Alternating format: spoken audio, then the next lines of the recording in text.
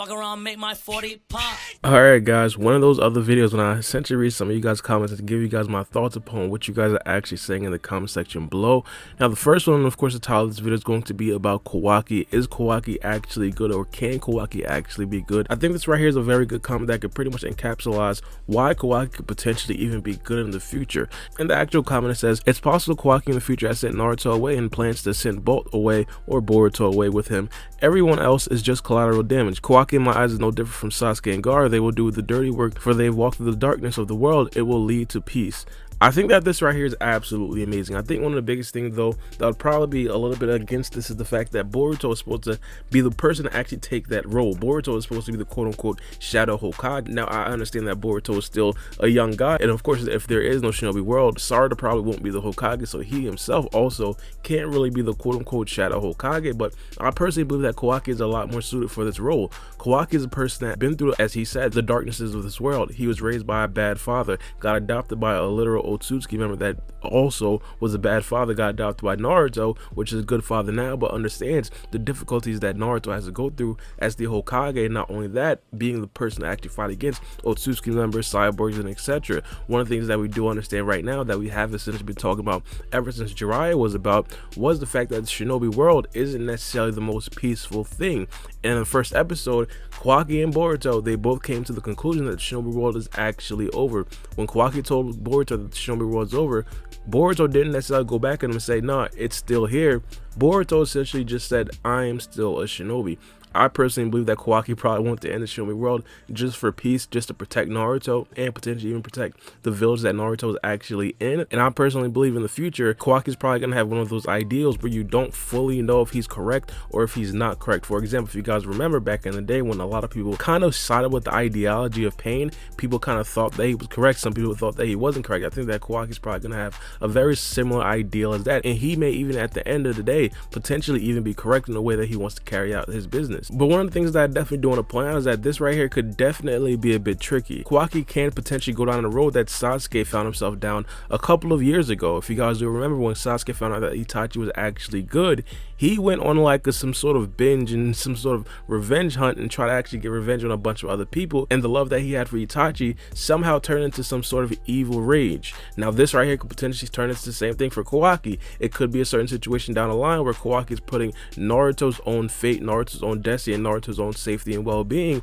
over the safety of everybody else in the Shinobi world and potentially everybody else on the actual planet. And actually, judging by Kawaki's upbringing and what he actually does say, if Kawaki were to actually turn evil, this right here may actually be the most likely scenario. Now the next question is essentially a bunch of questions centering around Sasuke. I kind of just picked one to like kind of encompass it, but Luis A. Mendez, he pretty much says, what if it's Kawaki versus Sasuke? You know, Boruto is like a son to Sasuke. Now this right here is actually kind of interesting. Now I've pretty much been talking about this a lot on my podcast, but by the way, new podcasts come out almost every single Thursday. The link is going to be in my description down below. Now first thing I definitely do have to talk about, Kawaki versus Sasuke. Of course, Sasuke's gonna have a much better time against a character like Kawaki than Naruto is probably going to have, just because I believe that Sasuke didn't necessarily get as big of a physical nerf as Naruto did actually get. For example, before Naruto lost Karma and before Sasuke lost the Rinnegan, they were stated to be roughly equal about a couple of years ago.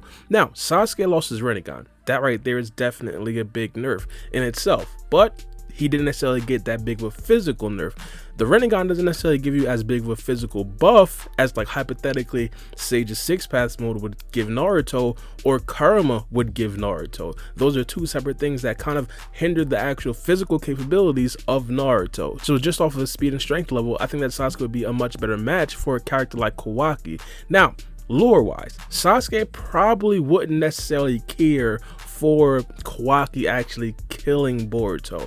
Now, I say this because Sasuke essentially came to the conclusion that he may actually have to kill Boruto himself.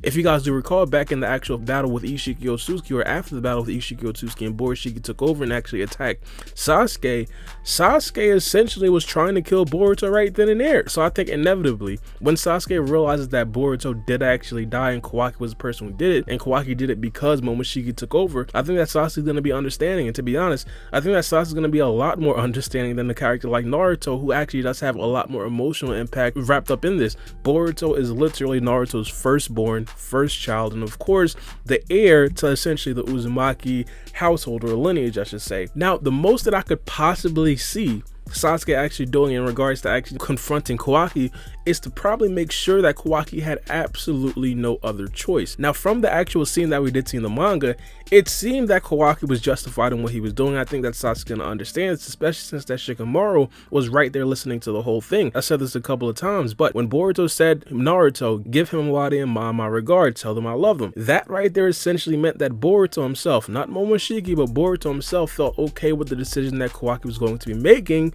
and of course kind of agreed with it as well. So I personally believe that Sasuke is going to be essentially understanding to some degree, and of course he's probably going to be hurt, but he's not necessarily going to fight Kawaki or anything like that. All right, so next comment comes from Almighty Freddy. He pretty much says, I think it's possible that Sasuke shows up before it gets too insane. At the same time though, this would be a great way for us to see Naruto go all out against Code/Kawaki and show us that he's not as weak as they've been making it seem. I think this right here is absolutely fact. 100%. Coming to an arc like this, especially when Naruto first pulled up on Code, we thought that we were going to get to see Naruto actually show what he has. To this point, as of right now, we still don't definitively know if he still has Sage's 6 paths or not. We still don't definitively know how much of an upgrade did his Sage mode get from all the years of training. We still don't definitively know how well can Naruto fight, base form, of course Sage mode stacked on top of that, versus actual ninjas that he should be expected to potentially even rival. We see Naruto in base mode react to characters such as Fused Momoshiki and Jigen. Code is obviously not Fused Momoshiki or Jigen. Those right there are special feats. He wasn't necessarily supposed to be able to do something like that. Now hypothetically in the next chapter, if he shows us that he's completely outclassing Code, that tells us that most of Naruto's power really came from Naruto, which a lot of people were actually kind of speculating to begin with. The next chapter could definitely be a chapter that opens a lot of our eyes to specifically the power scaling of not only Naruto but also Sasuke. I talked about how I think that Sasuke is probably going to be a tiny bit stronger than Naruto, just because Sasuke's physical nerfs weren't necessarily as big. Hypothetically, if Naruto's still coming out here and bullying characters like Code, Sasuke is probably still going to be a little bit stronger than Naruto, and it lets us understand that Naruto and Sasuke both are still valid threats. Now I don't necessarily expect Naruto to be debating Code or anything like that in the next chapter, but I still do think it'll probably be a good fight if they actually do fight. Now some people may actually counter that by saying that if Code were to actually fight, Kawaki would be the person to actually try to fight Code. Now I talked about the Naruto versus Kawaki dynamics and why I think that's probably not necessarily going to happen, but it's probably even more not going to happen if Kawaki in the next chapter decides to go absolutely ballistic on Code and actually tries to capture Code. I think if that's the case, Naruto is still going to be very emotional, but he's going to understand that, hey, Kawaki is essentially doing everything for the greater good of not only the Hidden Leaf Village, but also him specifically, Naruto.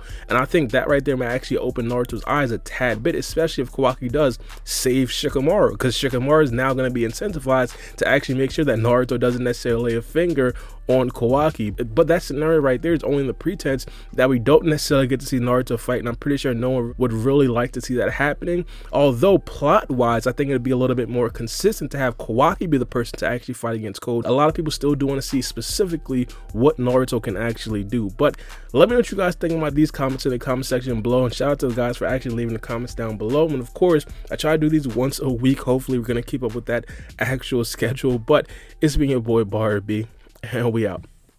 It's a knife.